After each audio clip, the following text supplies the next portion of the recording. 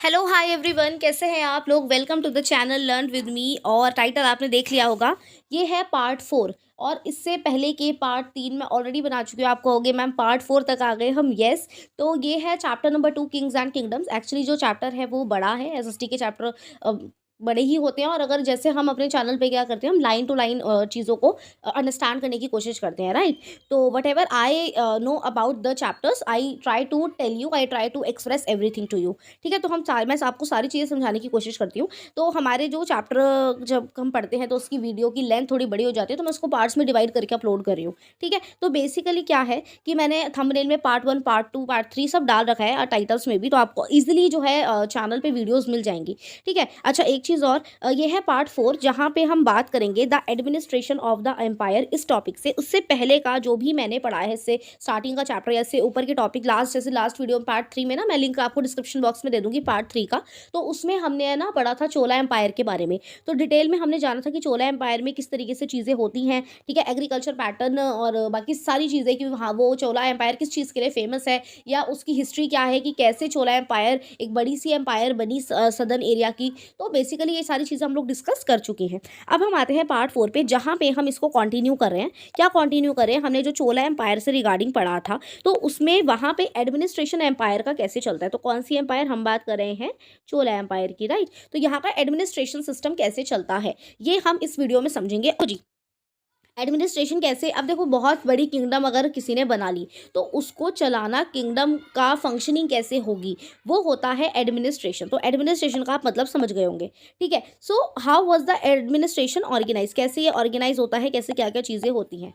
देखो, अब यहाँ पे ना हम बात करेंगे एक नाडू से रिगार्डिंग, और यहाँ पे दो वर्ड आपको मैं समझाऊंगी इस पैराग्राफ में। ये होता क्या है, और कौन ये लोग होते हैं, कौन से ग्रुप ऑफ पीपल ये होते हैं, और कैसे ये चोला एम्पायर को एडमिनिस्टर करते हैं। ठीक है, तो देखो, settlements of peasants known as ur. तो उर किसे बोला जाता है, ग्रुप ऑफ पीजेंट्स को, या जहाँ भी पीजेंट समझते हो ना, फार्मर, किसान। ये तो अब मेरे चैनल पे आप हो तो आपको पीजेंट्स का मतलब पता होगा, राइट, इस वोकैब का। तो बेसिकली जहाँ पे जो ग्रुप ऑफ पीजेंट्स है, सेटलमेंट होती है किसानों की, उसको ग्रुप ऑफ किसानों के उर बोला जाता है।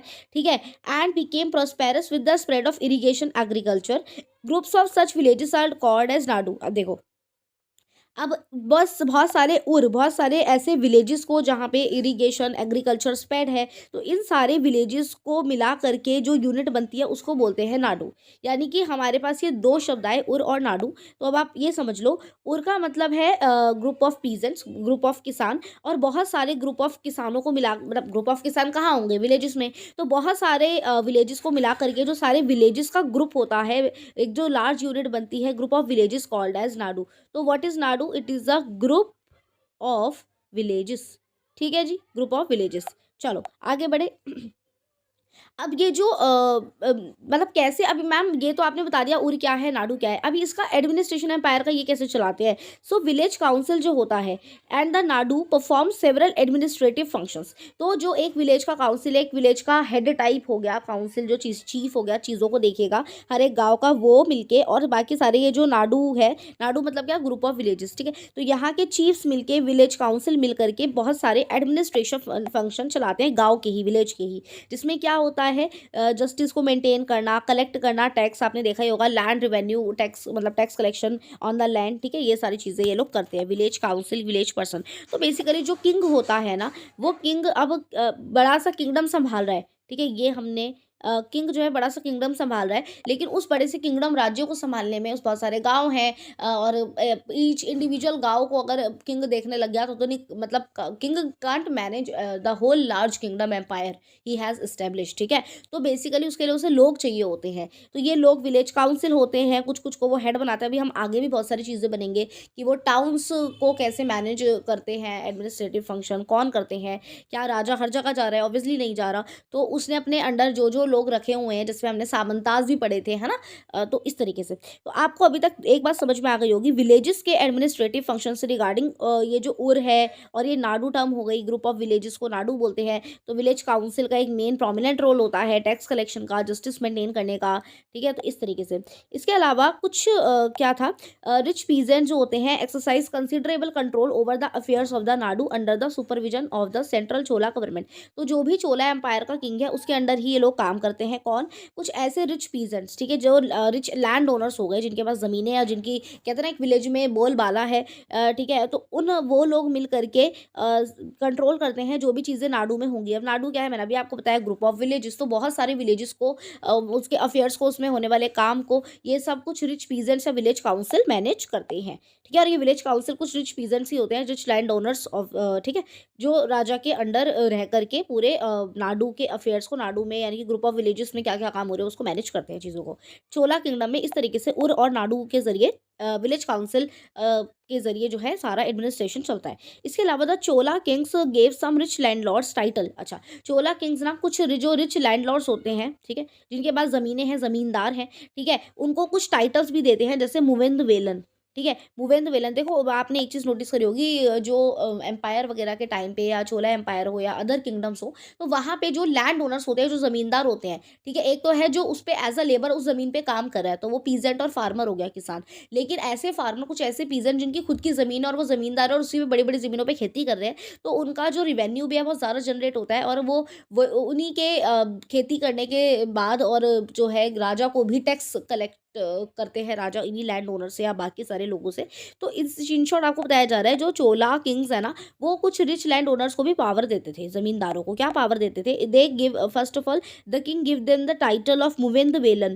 देखो ये जो मुवेंद वेलन, तो अगर आ जाए क्वेश्चन में, मान लो किसी कॉम्पिटेटिव एग्जाम के लिए आप वीडियो देख रहे हो, तो आ जाए who is Muvendavelan, so you should know the Chola kings, मतलब चोला एम्पायर के अंडर जो रिच लैंड ओनर्स को टाइटल दिया जाता था by the kings, that is called Muvendavelan is the, so who is the Muvendavelan, a velan और अ पीजेंट सर्विंग 3 किंग्स, ये याद रखना। मुवेंद वेलन कौन है, जो 3 किंग्स को सर्व करे। अभी कौन से 3 किंग्स आ गए, देखो आपको मैंने बता रखा है, बहुत सारे सामंताज होते थे, अलग अलग एरिया अलग अलग सामंत के अंदर था, ठीक है, तो सामंता उस पर्टिकुलर एरिया को कंट्रोल करते थे, लेकिन under the leadership of king only, ठीक है। तो बेसिकली इन सामंताज के बीच में कोऑर्डिनेट बचाना, किसी 3 सामंताज ग्रुप ऑफ 3 किंग्स को सर्व करना। उसके अलावा मुवेंद वेलन का कुछ और भी काम होता था। ये पहली बात तो रिच लैंड ओनर ज़मींदार होते थे, तो ये क्या करते थे, टेम्पल वगैरह को ग्रांट्स प्रोवाइड करना या फिर टैक्स कलेक्शन, ये सारी चीज़ें, सामंताज के बीच में कोऑर्डिनेशन बैठाना, ठीक है। सर्विंग टू द 3 किंग्स आ गए, तो मतलब मुवेंद वेलन, ठीक है। अच्छा, इसके अलावा कुछ चीफ्स भी होते थे जिनको अरियर बोला जाता था। देखो मुवेंद वेलन, अरियर, इसका प्रोनाउंसिएशन धीरे धीरे आपको आने लगेगा। अभी आप क्योंकि अगर फर्स्ट टाइम ये चैप्टर समझ रहे हो, तो it may be a little difficult for you, and the people who are watching this video as because they are preparing for any competitive exam, में भी आप सीटेट के लिए देख रहे हो, पेपर 2 अगर आपका एसएसटी है तो, ठीक है, या किसी और कॉम्पिटेटिव एग्जाम जो टीचिंग से रिगार्डिंग है, तो आपको पता है NCERT is the base for that, right. तो यहाँ से पढ़ी हुई चीज़ें ज़रूर काम आती हैं। तो ये आपके लिए जो छोटे छोटे की पॉइंट्स है ना, जो मैं लाइन टू लाइन पढ़ाती हूँ, उससे आपका बड़ा फायदा हो सकता है। 7th क्लास के बच्चों का तो है ही, बाकी जो कॉम्पिटेटिव एग्जाम की तैयारी करें, that they got the idea regarding the, ये हम चीज़ें सीख रहे हैं, तो क्वेश्चंस में भी अगर आ जाए तो आपके काम आएगा, ठीक है। तो अरियर जो चीफ्स होते हैं, ठीक है, ये लोग और मुवेंद वेलन, ये सब विलेजेस के एडमिनिस्ट्रेशन को देखते हैं, ठीक है। अच्छा, तो बेसिकली बाय द किंग इनको एक जिम्मेदारी दी जाती है, पावर के साथ साथ जिम्मेदारी दी जाती है, लाइक मुवेंद वेलन टाइटल दे दिया, सो ही हैज़ टू, और जो चीफ है विलेज के, जिनको अरियर भी बोला जाता है, they have to maintain the village administration, ठीक है जी, ऑफ दैट पर्टिकुलर एरिया। अब यहाँ पे एक बॉक्स है जिसमें लिखा हुआ है टाइप्स ऑफ लैंड। तो टाइप्स ऑफ लैंड क्या है, मैं आपको बताती हूँ एक चीज़, जो हमने पढ़ा था ना लैंड ग्रांट्स के बारे में। तो लैंड ग्रांट्स क्या होती थी, ग्रांट हो गया एक तरीके से परमिशन की ज़मीनें दे देना। जैसे किंग क्या करते थे, जिस भी ब्राह्मण का काम किंग को पसंद आता था, तो वो उसको ज़मीन एज ए दान में देते थे, या लैंड ग्रांट करते थे कि हाँ ये पर्टिकुलर ज़मीन अब तुम्हारी हुई, एज अ गिफ्ट देते थे लैंड ब्राह्मण्स को। और वो ब्राह्मण जो होते थे उस मतलब उस लैंड की रखवाली वो करेंगे, उसको लुक आफ्टर करेंगे, वहाँ का जो रिसोर्सेस है या वहाँ के जो टैक्स कलेक्शन का काम है वो सब अब ब्राह्मण वो देखेंगे जिसको वो लैंड ग्रांट में मिली है। तो बेसिकली ये चीज़। अब चोला एम्पायर के रिलेटेड हमें ना कुछ चोला इंस्क्रिप्शंस मिलते हैं, जहाँ में हमें बहुत सारे उन इंस्क्रिप्शन के जरिए पता चलता है कि चोला एम्पायर में और कौन कौन सी टाइप्स ऑफ लैंड थी, या किस किस टाइप की और लैंड ग्रांट्स दी जाती थी, ठीक है। तो ये हमें पता कैसे चलता है कि किस टाइप की लैंड ग्रांट्स दी जाती थी, तो ये पता चलता है हमारे को चोला इंस्क्रिप्शन से। अब ये चोला इंस्क्रिप्शन आपको पता है कि आप किसी हार्ड सरफेस पे जब कोई भी चीज़ लिखवाते हो, जैसे कि पत्थर वगैरह पे बड़े बड़े कुछ लिखवा दिया, तो वो इंस्क्रिप्शन बचे रह गए, वो ख़राब नहीं हुए, पत्थर पे लिखी हुई गुदी हुई चीज़ें थी, तो हमें अब मिल जाती है हमारे आर्कियोलॉजिस्ट को एक्सकेवेशन के थ्रू, या हिस्टोरियन फिर उसके रिगार्डिंग हिस्ट्री जानते हैं और हमारी बुक्स में ये आ जाती है और हम लोगों को पढ़नी होती है, राइट। तो बेसिकली चलो अच्छी बात है। देखो हिस्ट्री से क्या है ना कि अपने पास्ट की नॉलेज मिलती है, और पास्ट से ही आप कुछ सीख करके अपने प्रेजेंट या फ्यूचर को बेटर कर सकते हैं, तो ये चीज़ है। ठीक है, तो देखो क्या था, अब कुछ टाइप की लैंड ग्रांट्स हम पढ़ेंगे। देखो पहले मैंने आपको बता दिया, land gifted to Brahmins. Brahmins को जो लैंड गिफ्ट की जाती थी, लैंड ग्रांट की जाती थी बाय द किंग, उसको बोल दिया जाता था ब्रह्मदेय। ठीक है, यहाँ से जो कॉम्पिटिटिव एग्जाम की तैयारी करे या सीटेट रिगार्डिंग के लिए, तो यहाँ से क्वेश्चन आ जाएगा, वो पूछ लेंगे आपसे शाला भोगा क्या होता है, या विलन बगाई, या देवदाना, या ब्रह्मदेव, तो आपको पता होना चाहिए। So land gifted to the Brahmins is known as the brahmadeya. इसके अलावा वेलन वगाई, ठीक है, तो इसका land given to the non Brahmin peasants proprietor. ठीक है, तो जो नॉन ब्राह्मण्स हैं बट उनको भी जो लैंड ग्रांट की जाती थी, ऐसे पीजेंट्स को वेलन वगाई हो गई। ठीक है, अच्छा इसके अलावा शाला भोगा। ठीक है, shalabhoga the land given for the maintenance of school, ऐसी ज़मीन जो कि दी गई है, ठीक है, as for the maintenance of the school, की जो भी उस लैंड पे एग्रीकल्चर या खेती होगी, उससे जो मिला हुआ रिवेन्यू या प्रॉफिट होगा, वो स्कूलों की मेंटेनेंस के लिए जाएगा, तो वो ज़मीन जो स्कूल के मेंटेनेंस के लिए दी गई है, लैंड ग्रांट की गई है, वो शाला भोगा। ठीक है, इसके अलावा जैसे पाठशाला होता है ना, वहाँ से ये बन के आया है वर्ड। इसके अलावा देवदाना या तिरुन्नामत्तुकानी, देवदाना या तिरुन्नामत्तुकानी, इसका प्रोनाउंसिएशन कुछ ऐसा है क्योंकि सदर्न पार्ट के नेम्स हैं। ठीक है, तो land gifted to the temples, तो जो भी ज़मीन मंदिरों को दान दी जाती थी, या मंदिरों के लिए टेम्पल्स के लिए दी जाती थी, may be by the rich land owners, may be by the king.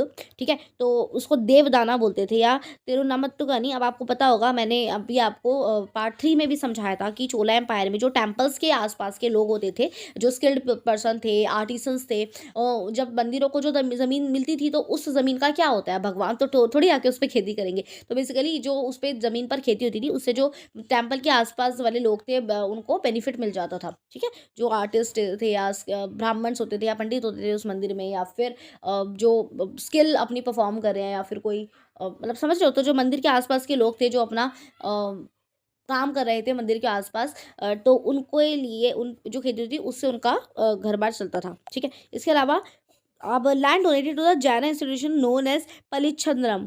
पलिच्छंद्रम जो बोला जाता था जैन इंस्टीट्यूशन से रिगार्डिंग जो लैंड ग्रांट की जाती थी। So basically these are the types of land grants. ठीक है, यहाँ से 1 मार्क का क्वेश्चन आ सकता है। अच्छा, इसके अलावा हम आगे की बात करते हैं। ठीक है, we have seen the Brahmins often receive land grants known as brahmadeya, जो किंग्स के द्वारा ब्राह्मण्स को लैंड गिफ्ट की जाती थी। ठीक है, उनके प्रशस्ति लिखते थे ब्राह्मण सब। मैंने आपको ये भी पढ़ाया हुआ है पार्ट 2 में। देखो जो ये किंग्स एंड किंगडम चैप्टर 2 है ना, आप इसको अभी सीधा पार्ट 4 से देखोगे तो मतलब कोई फायदा नहीं है। आप सीधा उसको पार्ट 1 से देखना शुरू करो, आप स्टार्टिंग से चैप्टर को समझोगे तो पूरा चैप्टर मैंने 4 पार्ट्स में कवर कराया है। This is the 4th part जिसमें हम चैप्टर को कंप्लीट कर लेंगे। ठीक है, तो इसके अलावा मैं आपको बता देती हूँ कि ब्रह्मदेव, आपको पता ही है कि जब ब्राह्मण प्रशस्ति लिखते थे और उसमें राजा को बढ़ा चढ़ा करके राजा के बारे में लिखते थे, या एग्जैजरेट करके भी थोड़ी चीज़ें लिखी जाती थी प्रशस्ति में बाय द ब्राह्मण्स, और किंग उन्हें बोलते थे लिखने के लिए। ठीक है, तो इसलिए किंग उनसे प्रसन्न होकर या खुश होकर के उनको कुछ लैंड गिफ्ट में दे दिया करते, दैट इज कॉल्ड ब्रह्मदेव। अच्छा, इसके अलावा एज अ रिजल्ट जो था, large number of Brahmin settlement emerge in the Kaveri valley as in the other part of southern India. आप साउथ इंडिया में देखेंगे बहुत सारे जो ब्राह्मण से वो कावेरी नदी के पास भी सेटल होते थे। अब देखो ब्राह्मण को ज़मीन गिफ्ट मिली है, तो वो उस ज़मीन पर रहेंगे, मतलब है ना, और वहाँ के सारे सोर्सेज अब ब्राह्मण के हैं, या बस टैक्स कलेक्शन का राइट, तो इस तरीके से लुक आफ्टर करना उस ज़मीन को,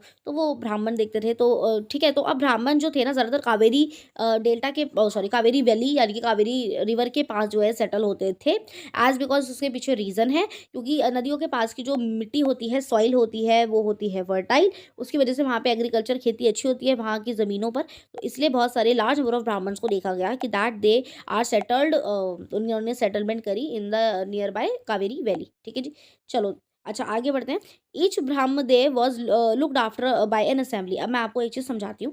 अभी हमने उर और नाडू समझा था। ठीक है, एडमिनिस्ट्रेशन कैसे चलता था विलेज का, उर नाडू, ठीक है, विलेज काउंसिल, ये हमने वर्ड पढ़ लिए। अब इसके अलावा एक है टर्म सभा।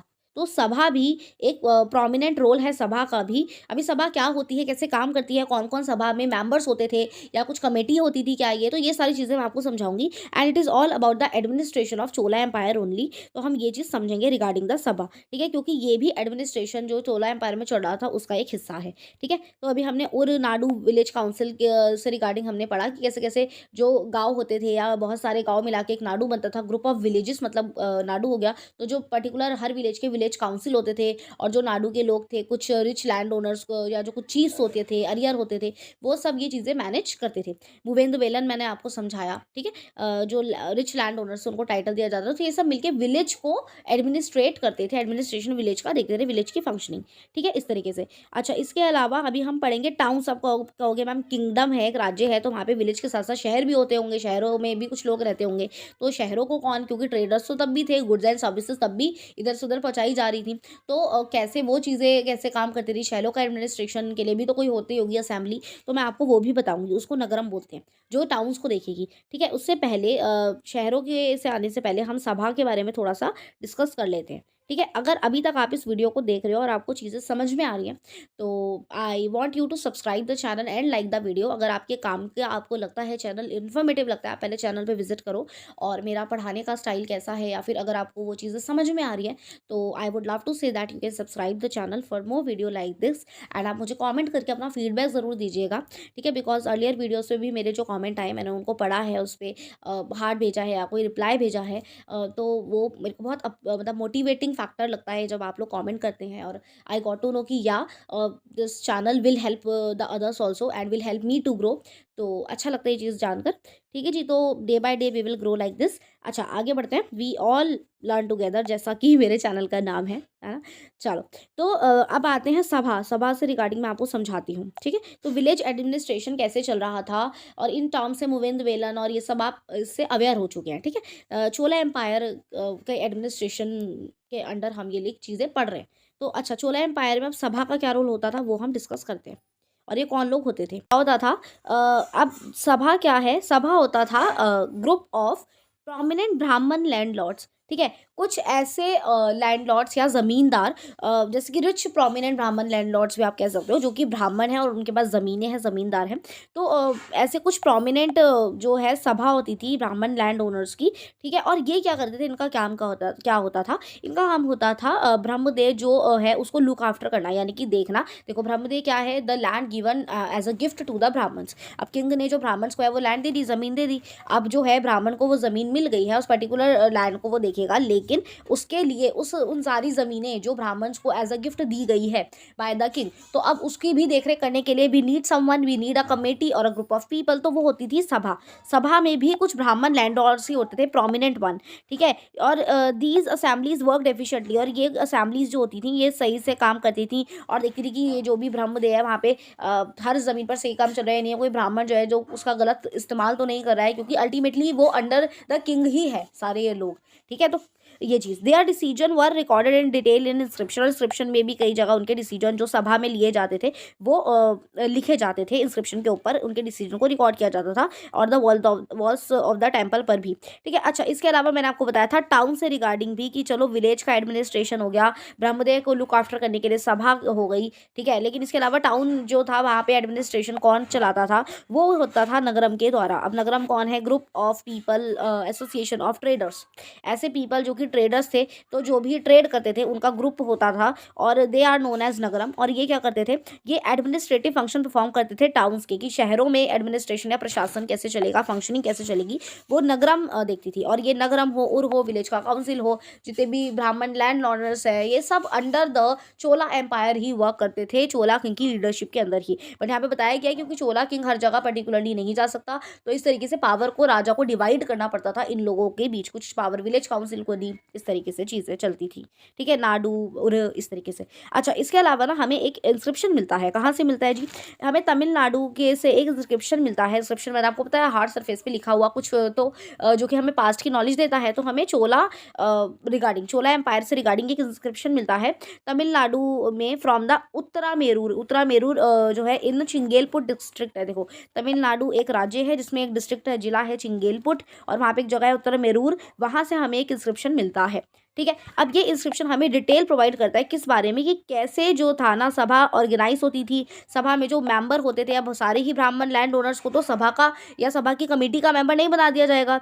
तो सभा में काम कैसे चलता था, कौन कौन से मेंबर होते थे या कौन कौन मेंबर एलिजिबल होते थे सभा का मेंबर बनने के लिए, तो ये सारी चीज़ें हमें इस इंस्क्रिप्शन के द्वारा पता चलती हैं। अब आपको एक चीज़ और बताऊँ, इस इंस्क्रिप्शन में हमें ये पता चलता है कि सभा कैसे ऑर्गेनाइज होती थी। देखो सभा में मैंने आपको बता दिया, जो रिच प्रोमिनेंट ब्राह्मण लैंड ओनर्स हो गए, जो जमींदार भी है ब्राह्मण भी है, तो ब्राह्मण्स को वैसे भी राजा महाराजाओं के टाइम पे एक अपर कास्ट या फिर एक बहुत ही प्रोमिनेंट कास्ट माना जाता था, है ना। ब्राह्मणिकल डोमिनेशन आपने देखा ही है, क्योंकि उनको वेदास की नॉलेज थी, रिलीजियसली भी उनको बहुत नॉलेज होती थी ब्राह्मण्स को, जो एज यूजुअल आज भी होती है। तो बेसिकली किंग्स जो थे बहुत ज़्यादा ब्राह्मण से इंस्पायर रहते थे, और हर चीज़ में ब्राह्मण्स की मतलब एक परमिशन नहीं कह लो, पर हाँ ये कह सकते हो एक ब्राह्मण से डिस्कस करना चीज़ें या इस तरीके से। तो इसलिए ब्राह्मणिकल लैंड ओनर्स को भी एज अ पावर दी जाती थी, तो वो सभा में होते थे। तो अब सभा में जितने भी ब्राह्मण लैंड ओनर्स होंगे, तो कौन कौन से सभा का पार्ट बनेंगे। पहली चीज़ तो ये सुनो, सभा में ना कुछ सेपरेट कमेटीज़ बना दी जाती थी। कमेटी किस चीज़ की होती थी,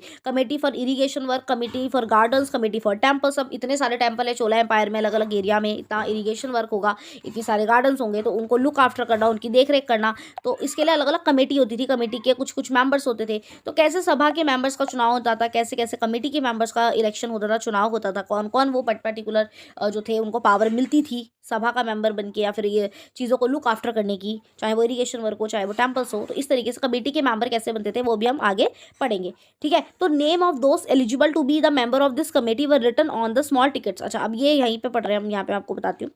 इस पैराग्राफ के थ्रू आपको ये समझ में आएगा, क्या समझ में आएगा, कि कैसे जो सभा है, अब सभा तो आप समझ गए, तो सभा में कौन कौन मेंबर होते थे या कौन कौन जो कमेटीज़ के मेंबर बनते थे, ठीक है, जो कमेटी इन सारी चीज़ों को मैनेज करेंगी, गार्डन को, टेम्पल्स को, इस वर्क को। तो ये हम एडमिनिस्ट्रेशन ही पढ़ रहे हैं चोलर एम्पायर का, कि कैसे ये चीज़ें काम करती थी। विलेज का हमने देख लिया, टाउन का एडमिनिस्ट्रेशन फंक्शनिंग कौन देता था वो देख लिया हमने, ब्रह्मदेव का देख लिया, ठीक है, सभा में क्या क्या काम होता था, अब ये चीज़ समझेंगे। तो देखो, अब ये जो कमेटी के मेंबर्स कैसे बनते थे, देखो जो भी एलिजिबल मेंबर्स होते थे उनके नाम जो है वो टिकट पर लिख दिए जाते थे पाम लीफ पर, ठीक है। कोई कागज वागज तो था नहीं। देखो वैसे तो मिडिवल पीरियड में ना पेपर जो है चीप हो जाएगा, एज बिकॉज पेपर ज़्यादा मिलने लग जाएगा, तो हमें टेक्स्ट लिटरेचर मटेरियल ज़्यादा मिलता है मिडिवल पीरियड से। लेकिन मैं आपको एक जनरल बात बता रही हूँ, स्मॉल पाम लीफ पर ना सारे कैंडिडेट्स का नाम लिख दिया जाता था, जो जो भी एलिजिबल मेंबर होते थे। अब एलिजिबल मेंबर कौन होगा ये कैसे डिसाइड होगा वो आपको भी बताऊंगी अगले पैराग्राफ में। इन शॉर्ट अभी आपको ये समझा रही हूँ कि जो भी कमेटी के मेंबर कौन कौन किस कमेटी का मेंबर बनेगा या क्या रहेगा, तो वो चीज़ कैसे डिसाइड होती थी। पाम लीफ पर ना सारे कैंडिडेट्स के स्मॉल टिकट की तरह नाम लिख दिए जाते थे। एंड ये जो टिकट थी एक अर्दनवेयर पॉट में, एक मिट्टी के बर्तन में डाल दी जाती थी, एक पॉट में सारी पाम लीव्स को बंद करके फोल्ड करके उस पर अंदर नाम लिखे हुए लोगों के कैंडिडेट्स के, और एक यंग बॉय को बोला जाता था, एक बच्चे को बुला करके कि तुम इसमें से कोई भी इस अर्दन पॉट में से कोई भी पाम लीफ कोई भी टिकट निकालो, और जिसकी भी वो जिसके नाम की टिकट होगी वो उस कमेटी का हेड या मेंबर बन जाएगा। तो इस तरीके से सिस्टम चलता था कि बस अर्दन मतलब जितने भी कैंडिडेट है उनके नाम डाल दिए, जिनकी चिट्ठी आ गई उस बच्चे ने उठा ली उस अर्दन पॉट में से, तो वो जीत गया, काइंड ऑफ दैट। इस तरीके से कमेटी के मेंबर बनते थे। लेकिन कमेटी के मेंबर या एलिजिबल होने के लिए भी, सभा का पार्ट बनने के लिए भी कुछ एलिजिबिलिटी क्राइटेरिया होता था। अब वो एलिजिबिलिटी क्राइटेरिया क्या था, तो हमें ये पता चलता है कि who could be the member of सभा, सभा का मेंबर आखिर बन कौन सकता था। तो ये हमें भी एक इंस्क्रिप्शन है जो हमें मिला है, मैंने आपको बताया अभी, चिंगेलपुर डिस्ट्रिक्ट उत्तरा मेरूर जगह से एक हमें इंस्क्रिप्शन मिलता है, जिसमें हमें सभा से रिलेटेड सारी नॉलेज दी जाती है। तो वहीं से हमें समझ में आया कि इलेक्शन प्रोसेस क्या थी। मैंने आपको बता दिया पाम लीफ में नाम लिखे ऐसे लक्की ड्रॉ सिस्टम की तरह मेंबर बनते थे। अच्छा ठीक है, तो लेकिन सभा का मेंबर बनने के लिए एलिजिबिलिटी क्राइटेरिया भी था कुछ। ये सब चोला एम्पायर से रिगार्डिंग हम लोग डिस्कस करें। चोला एम्पायर के अंडर इस तरीके से चीज़ें काम करती थी। तो अब कौन बन सकता था member of the sabha. Eligibility criteria ये था कि all those who wish to become the member of sabha should be the owner of the land. पहले तो उसके पास अपनी ज़मीन होनी चाहिए, he should be the owner of the land, और ऐसी ज़मीन जिसमें से लैंड रिवेन्यू कलेक्ट हो रहा है, यानी कि ऐसी ज़मीन नहीं कि आप टैक्स नहीं दे रहे हो उस राज्य के मतलब सरकार को, किंग को टैक्स नहीं दे रहे हो आप किंगडम में रहते हुए भी, और आपको सभा का मेंबर बना दिया जाएगा, पावर दे दी जाएगी, तो कैसी पॉसिबल है, समझ रहे हो। तो बेसिकली एलिजिबिलिटी क्राइटेरिया समझो पहला ये था कि जो भी लैंड का ओनर है, ज़मीन का ओनर है, जो टैक्स वगैरह भी पे करता है टाइमली। अच्छा, they should have their own home, अपनी ज़मीन के साथ साथ उसका अपना घर भी होना चाहिए, ज़मीन भी अपनी होनी चाहिए। उसके अलावा जो एज क्राइटेरिया था वो ये था कि 35 से 70 ईयर ऑफ एज का होना वो इंसान चाहिए, ठीक है। मतलब इससे कम की एज के लोग नहीं बन सकते थे मेंबर ऑफ द सभा। तो मतलब ये एलिजिबिलिटी क्राइटेरिया है कि मेंबर ऑफ सभा बनने के लिए उस कमेटी में एज अ कैंडिडेट बनने के लिए, जिसमें उसके लिए क्या क्या क्राइटेरिया था। तो they should have knowledge of Vedas, Vedas की नॉलेज उनको ज़रूर होनी चाहिए। मैंने आपको पहले ही बताया यहाँ पे प्रोमिनेंट ब्राह्मण लैंड ओनर्स को तवज्जो दी जाती थी, तो ब्राह्मण से तो वेदा की नॉलेज अल्टीमेटली उनको होती होगी। तो ब्राह्मण लैंड ओनर्स जो थे वो सभा के मेंबर बनते थे, मैंने आपको पहले बताया। लेकिन उनमें से भी कौन कौन बनते थे जो ये क्राइटेरिया पूरा करते थे। मे बी जमींदार और ब्राह्मण तो बहुत सारे लोग होंगे, बट ये क्राइटेरिया पूरा करने वाले ही लोग सभा का मेंबर बनने के एलिजिबल होते थे, ठीक है। And they should be well verse in the administrative matter. अब देखो उनको अल्टीमेटली सभा के मेंबर बने चाहे कहीं के मेंबर बने, करना तो एडमिनिस्ट्रेटिव फंक्शन ही परफॉर्म करना है, राइट। तो उनको एडमिनिस्ट्रेटिव मैटर्स की भी थोड़ी बहुत नॉलेज होनी चाहिए, and they should be honest as well, ठीक। अच्छा, इसके अलावा इफ एनी, ये क्राइटेरिया हमने पढ़ लिया कि सभा का मेंबर कौन कौन बन सकता था as per the Chola empire rules and regulation ना। If anyone has been a member of any committee, और एक ये भी रूल था कि एक कमेटी का अगर कोई मेंबर बन चुका है, मान लो इरिगेशन वर्क से रिगार्डिंग कोई कमेटी थी और उसका कोई मेंबर जो है बन चुका है इन द लास्ट 3 ईयर्स तक, तो he can not become a member of another committee. तो वो दोबारा से मतलब 3 साल के बाद ही आपको मौका मिलेगा, इस तरीके से था, ठीक है। Anyone who has not submitted his account, और मान लो हिज अकाउंट क्या मतलब किसी ने मान लो रिवेन्यू, रिवेन्यू क्या हो गया, टैक्स हो गया, राइट। जिसने कभी टैक्स पे नहीं किया है या उसके साथ साथ उसके रिलेटिव्स ने भी अगर टैक्स पे नहीं किया है, तो he can also can't be the part of the election. तो सभा का मेंबर बनने के लिए ये चीज़ मैंडेटरी थी कि आपने अपने टैक्स वगैरह जो भी आपकी ज़मीन के लैंड ओनर तो आप हो ही, तभी आप एलिजिबल हो। तो इसके अलावा आपने अपनी ज़मीन के पर रिवेन्यू जो टैक्स है वो भी देते हो टाइम टू टाइम, और आपके रिलेटिव्स भी देते हैं, तभी आप पार्ट बन सकते हो सभा का। तो they also provide the tax जब भी जितना भी देना होता है, ठीक है। तो इस तरीके से था। किंग क्यों किसी को ऐसे इंसान को पावर देंगे जो कि टैक्स भी पे नहीं करते उसके राज्य में, है ना, वही वाला सीन था। मैं आपको एक जनरल तरीके से ना, मेरा थोड़ा सा टीचिंग स्टाइल ये है कि मैं आपको जनरल तरीके से बोल के समझाती हूँ। 4-10 भारी भरकम शब्द यूज़ कर लूँ मैं इंग्लिश के और इस तरीके से समझा दूँ, वो इतना मैटर नहीं करता, जितना मैटर ये करता है कि आपको कॉन्सेप्ट समझ में आ रहे हैं या नहीं। और कॉन्सेप्ट जो है वो तभी समझ में क्लियर हो पाता है या समझ आ पाता है जब आप एक जनरल भाषा में उसको चीज़ों को समझते हैं। मैं आपको बिल्कुल ऐसे समझ के समझाती हूँ कि we are friends and we are learning together, so whatever the knowledge I have regarding the particular subject or the particular chapter, I just provide you the same। तो इस तरीके से जो है मेरे चैनल पे हम लोग पढ़ते हैं। तो अगर आपको ये स्टाइल मेरा पसंद आता है तो आप कर सकते हैं चैनल को सब्सक्राइब, और we can stay connected with that, क्योंकि अभी मेरा चैनल जो ग्रोथ है लाइक उसमें अभी राइट नाउ 167 सब्सक्राइबर है, and I am happy for that also. तो अभी हमारा छोटा चैनल है, तो अगर आपने सब्सक्राइब नहीं किया तो माइट पॉसिबल कि ये वीडियो आपके पास मतलब चैनल खो जाए कहीं या कुछ, तो आप कर लीजिए इसको subscribe to stay connected with me, ठीक है जी। अच्छा, इसके अलावा ना मैं आपको कुछ और भी बताती हूँ। इंस्क्रिप्शन से हमें बहुत सारी चीज़ें पता चलती हैं about the Kings, about the powerful man, किस किस को पावर दी जाती थी, इस तरीके से ये चीज़ हमने पढ़ ली, ठीक है। इसके अलावा जो इंपॉर्टेंट थोड़ा सा जो पैराग्राफ है, ये लास्ट पैराग्राफ आप इसको थोड़ा खुद भी पढ़ सकते हैं कि ये ऑर्डिनरी मैन और वुमेन का क्या एक रोल रहता था, जो नॉर्मल आम जनता थी, वो थोड़ा सा बताया गया है, ठीक है। इसके अलावा हमने पूरा चैप्टर कंप्लीट कर लिया है, ठीक है। अब देखो हाँ, तो इसी के साथ हमारा ये जो चोला वाला और टाइप्स ऑफ लैंड ग्रांट्स में मैंने आपको बता दिए, तो हमारा ये चैप्टर होता है पूरी तरह से कंप्लीट। इसके अगर एक्सरसाइज क्वेश्चन आपको चाहिए तो आप मुझे कमेंट करके बता सकते हैं। और ये जो चैप्टर नंबर 2 था किंग्स एंड किंगडम, ये इंपॉर्टेंट जितना भी था मैं आपको वो सब पढ़ा चुकी हूँ। Thank you so much, that is it for today's video, I hope you like it. And tripartite struggle भी हम लोगों ने पढ़ ली थी, इट वॉज बिटवीन हुम। चलो आप मुझे कॉमेंट में इसका जवाब देंगे। जिन्होंने पार्ट 1 पार्ट 2 देखा है उनको पता होगा त्रिपार्टाइल स्ट्रगल के बारे में, और जो देखना चाहते हैं स्टार्टिंग से इस चैप्टर को पढ़ना चाहते हैं तो part 1 part 2 part 3 and this is the part 4। Every link is given to the description box of this video. तो आप डिस्क्रिप्शन बॉक्स में जाइए और वहाँ से स्टार्टिंग से चैप्टर को कवर कर सकते हैं। और जिनको पता है त्रिपार्टाइल स्ट्रगल जो हमने पढ़ लिया था किन 3 के बीच में थी, वो आप मुझे बताइए किन 3 पार्टीज के बीच में थी। And that is it for today's video, thank you so much, stay connected with us and we will upload next video soon.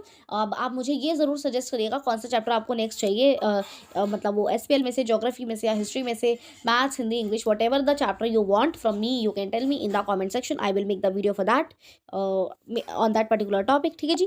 Thank you so much, stay happy, stay blessed. और मैं थोड़ा कोशिश करती हूँ कि जो मैं एडिट करूँ वीडियोज़ को वो उसमें एडिटिंग इतनी ज़्यादा ना हो कि एक जो मैं रिकॉर्ड करते हुए बोल रही हूँ वो डिलीट हो जाए, या मतलब मैं थोड़ा सा अगर एरर पार्ट भी है तो वो रख लेती हूँ ताकि आप मेरे से बेहतर कनेक्ट कर पाए। अगर सब कुछ मैं एज अ रोबोट बोलूँगी तो वो एडिटिंग मैं वैसे ही नहीं करती हूँ कि मैं नॉर्मल बातें काट दूँ या बाकी सारी चीज़ें। So I try to connect with you, so इसलिए मैं सारा का सारा कोशिश करती हूँ कि मैंने जितना भी बात करी है वो मैं आपको बता सकूँ, दिखा सकूँ, ठीक है जी।